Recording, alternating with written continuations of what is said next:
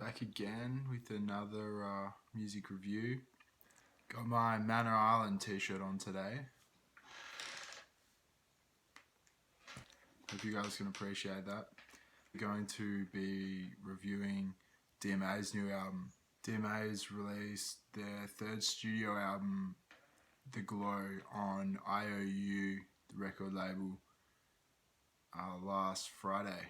I've only really heard Delete and Believe by Dma'S before on the radio, and so I thought this would be a really good opportunity to check out what all the hype around them is about.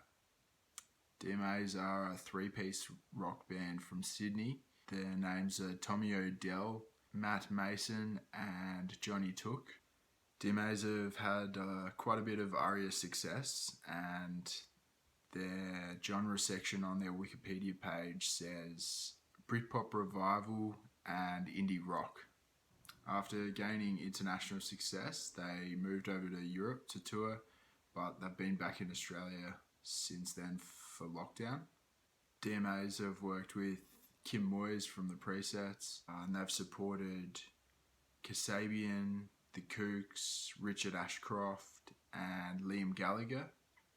Their casual bogan chic clothing style is instantly recognisable. What probably attracts some people to Dma'S is that they're ordinary looking guys in comparison to some of the glossy, unrealistic mainstream artists you might hear on other radio stations.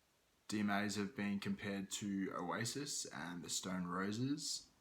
In an interview with Exposed magazine, Johnny Took cited Bruce Springsteen as a massive influence on him.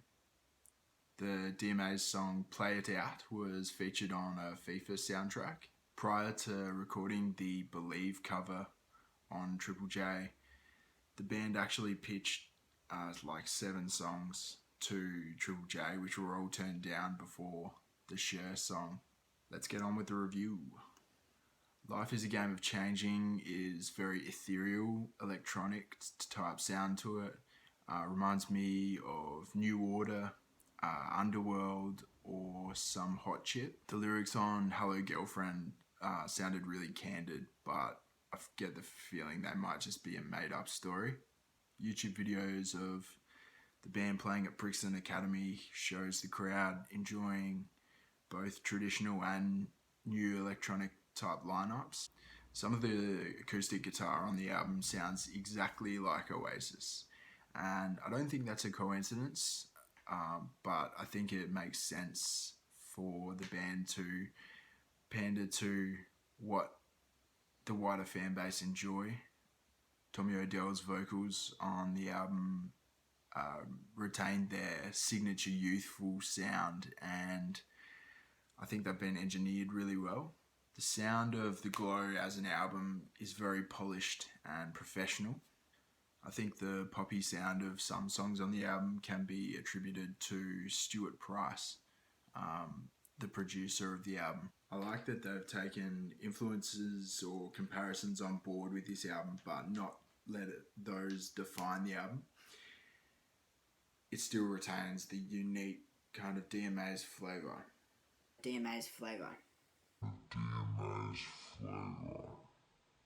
My favourite songs from the album were Life is a Game of Changing, Silver, Never Before, Criminals, Strangers and Round and Around.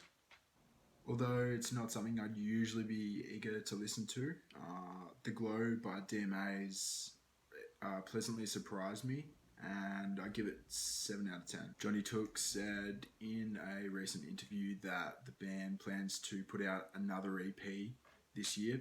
In October, the band's going to headline Alexandra Palace in London, which holds 10,000 people. Dma'S' new album, The Glow, is now available to stream online. Check out my other videos and like and subscribe. Cheers, guys.